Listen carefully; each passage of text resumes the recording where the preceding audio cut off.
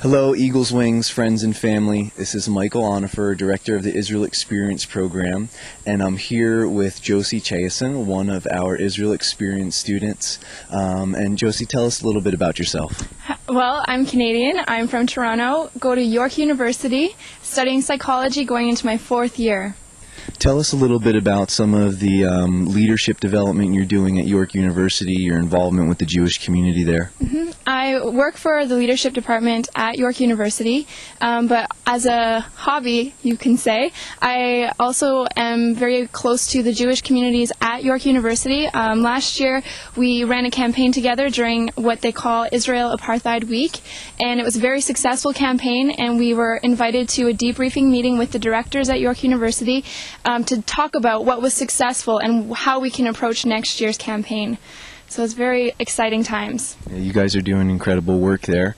And today we're at Yad Vashem. We're at the Holocaust Memorial in Jerusalem, and we just got done with a private time with a Holocaust survivor.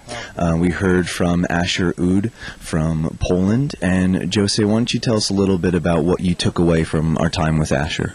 Well, it was amazing hearing about the Holocaust from a first-hand experience, but as we were leaving, it was just a surreal feeling that, you know, people like him are going to no longer be available in the next generation, and that's just a real feeling. And we were all sure to get our picture with him because really he is a representation of that time and a representation of the fact that it actually happened and it existed, and that's what he went through. So it was just a privilege to be able to meet with him today.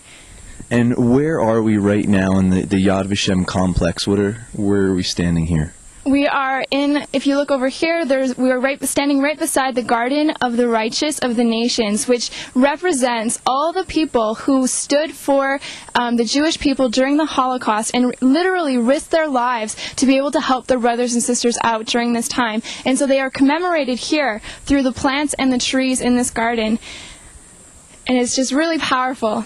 Yeah, it is, and it's a real charge to us to find ourselves during our generation as watchmen on the wall to take our place as the righteous among the nations so that we can join in with our Jewish friends and say never again, that the things that took place at the Holocaust, that these things won't occur again. And when we live in a day when we have leaders of nations calling for the genocide of Israel and anti-Semitism increasing around the world, that as Christians that we need to take a strong stance against anti-Semitism and threats against the nation of Israel and the Jewish people.